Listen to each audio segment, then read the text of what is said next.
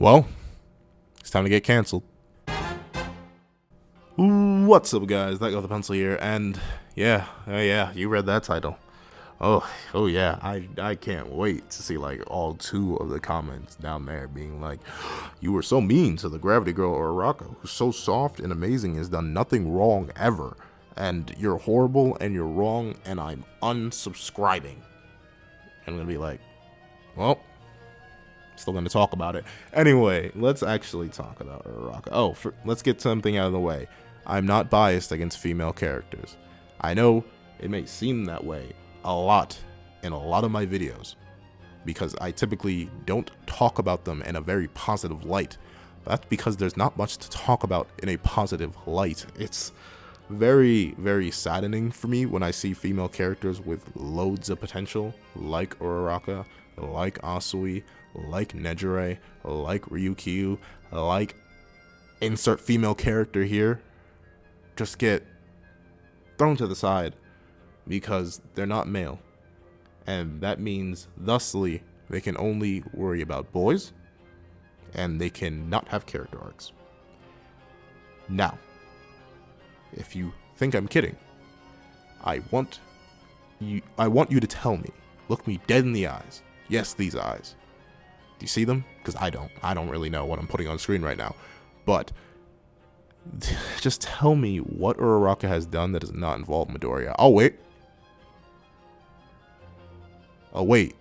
I can wait here for 10,000 years and you still couldn't give me an answer. Because my thing with Uraraka specifically, why I think that she's so just... Like, you read the title. I think Uraraka's bad. It's because she has done nothing positive, a net positive for the main characters of the series. And that is not good. Not good at all. Like, imagine if... I wasn't going to say it, but I'm thinking it. Uraraka is worse than Sakura. I said it. Naruto fans, My Hero Academia fans, y'all come and attack me both in the comment section. Sakura is more useful than Uraraka. You know why? Because Sakura beat Sasui and she kept Naruto alive. What has Uraraka done? Oh wait, she saved Deku's life once. That's it. But you know what else Uraraka has done? She got bamboozled by Toga just because she mentioned her crush. She only succeeded against 13 just because her crush got mentioned. Nothing is working for Uraraka, all because of Midoriya. And here's the thing. Y'all may think I don't like characters based around love. Cap. Absolutely incorrect. You are, in fact, fibbing, good sir, because I actually love characters based around love, because I think it's a very realistic thing to do. Look at Meliodas. One of my favorite characters, ever character. All he did was for love. Elizabeth. Not really one of my favorites, but she did it for love, and then that's a good fundamental part of her character, and I like that. Escanor did it for love. I'm mentioning a lot of 70 Sin Where's my English? I'm listing a lot of 7 Deadly Sins characters because I know that's the more common one. I could reach straight into the most random bag of things to mention, but I'm mentioning that because those characters did good for the narrative. I can't name a hypothetical positive that Uraraka has done that has acted as a net benefit for the narrative around her. Because all I can remember, whenever I think of any of Uraraka's fights, I'm thinking like, alright, she lost to Bakugo. Realistic, but the plan... the plan wasn't smart. The plan wasn't smart because it should not have... It's Bakugo. The king of, oh yeah, I react quickly to things, and I also have a tendency to blow things up, because, you know, that's my quirk. It's kind of crazy if I didn't blow things up. So, my thing is, she lost to Bakugo. That's not good. She saved Midoriya, twice technically, like when he was tripping at the beginning, and when he was falling from the robot. That's about it. But then, when I think of all her other fights, when I'm looking for them, when I'm wondering, I'm like, okay, what did she do against Toga? Oh, that's right. She got embarrassed because a random serial killer that she's never met before, that has literally stabbed her and her best friend, who she has pinned beneath her, which was one of the best moments Uraraka had as a character up to that point, she ends up giving that villain blood, which allows her to infiltrate a provisional license exam later and cause one of the stupidest evolutions for a quirk that I've ever seen. And that's not good. That's not good. That's not why. Why is this constantly a weakness? And for her against Ida, that's not a fight. That was just school stuff. There was no conflict there. So I can't praise that. For anything, really, what has Uraraka done that's a positive? Can someone tell me? Hello? Hello? Can someone tell me? I can't think of anything. And now you may be wondering, why is this bad? Why do you say that this is bad and just not okay because she's a female character, and female characters in shonens, they don't really get much development anyway? Kohaku's knocking on your door and is about to knock it down, but I'm listening. The reason I say it's bad is because she is propped up as our tertiary main character.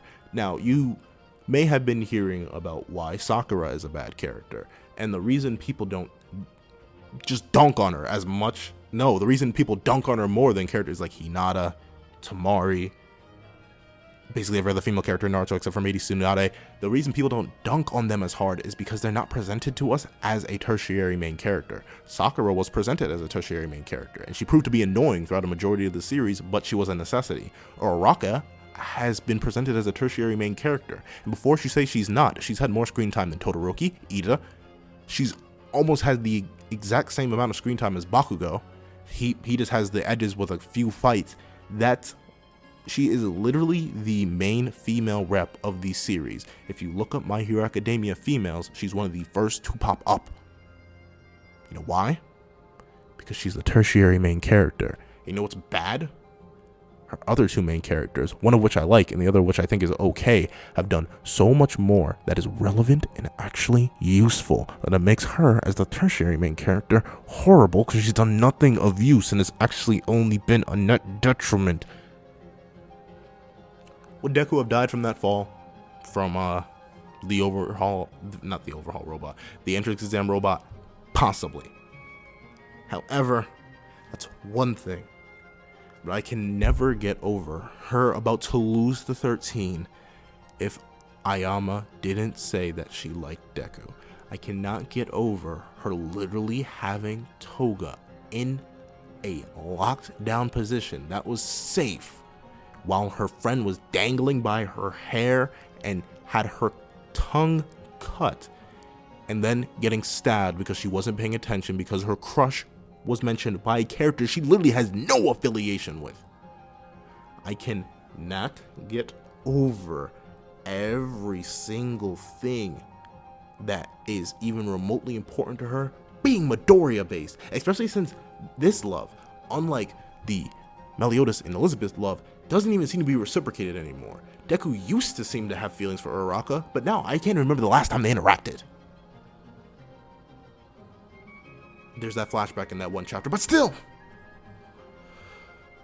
the issue is she is totally dependent on a character that is totally independent of her, and while she's totally dependent on that character, it makes it sad because it makes it seem like she can't function without him. And I know what people are gonna say. I know what you Uraraka stands. You're gonna come out of the woodwork and be like, aha, that guy with the pencil, you've been bamboozled. I love that word. You've been bamboozled. You see, Uraraka said she was going to give up her feelings for Midoriya. And I also can say that I'm going to give up fighting for Seven Deadly Sins respect. Doesn't mean I'm going to do it. Like, I can't see how she did that at all. Because she's constantly looking back and always looking to Midoriya for examples, for leadership. She fought Bakugo and was talking about what would Midoriya do in the situation. And I just wanted to bang my head against the table. Like, it's sad. Because so much potential, so much juicy potential.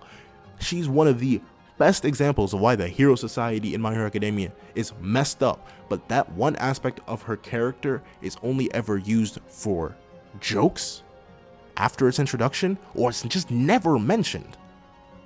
I've read more fan comics and fan fictions, and yes, I read those, don't get mad at me. I've read more fan comics and fan fictions that actually bring up Uraraka's poverty in a serious light.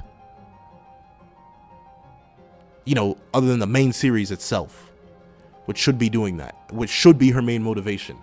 Every single time Uraraka's in a dangerous situation, rather than her thinking, what would Deku do? Or rather they're thinking of, I'll do this for Deku. Or rather than, why am I doing an Asui voice for Uraraka? I can't do this. But instead of being so focused on Deku, she should be focused on her parents who are working so hard for her to just have her attend UA. She should be focusing on her future, the fact that she wants to be a powerful rescue hero for the sake of her family, and so that none of her descendants have to suffer the same fate that she's suffering. She should never, ever have to be relegated to a girl who's obsessed over nothing but a high school crush. She should be a girl who's obsessed with righting the wrongs of the world that she's been put into by working hard, by training hard, and by putting in work. The moment I see Uraraka win a fight, it doesn't involve her thinking about Deku, then she's going to shoot up. She's gonna go from arguably the worst character in the series for me to an actual good character.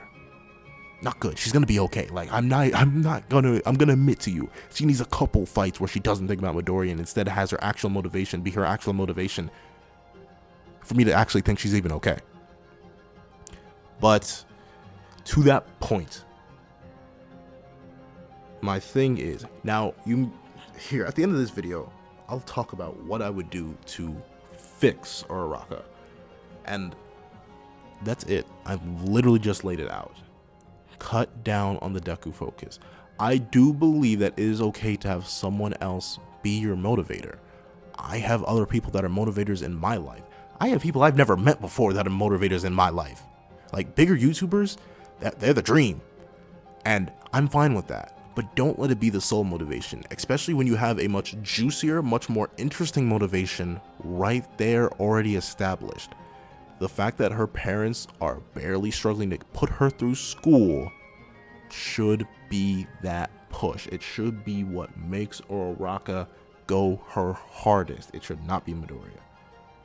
And when that becomes the case, when something finally snaps in Uraraka, and she's like, you know what? I actually do need to stop thinking about what Midoriya do. I need to think about what I, or Ravity, or Uraraka Ochako would do in this situation. What I can do with my zero gravity quirk. Then, I can give her a high five and put her in okay on a tier list. But that's about it, because that's what I need. So I know people definitely not gonna be the happiest with this one, but hey, what can I say? I do this because I want to put out my thoughts to y'all. These are my thoughts on a character. Please, in the comment section down below, if you have different thoughts, if you want to refute me, go ahead. If someone in the comments can convince me to like Uraraka, please do, because I'm tired of not liking her. Like the headspace, like whenever I have a conversation about Uraraka, I'm just like, man, why am I having a conversation about this walking trash bin? But if someone can convince me that otherwise in the comment section down below, please do. I want to see it. I mad respect that.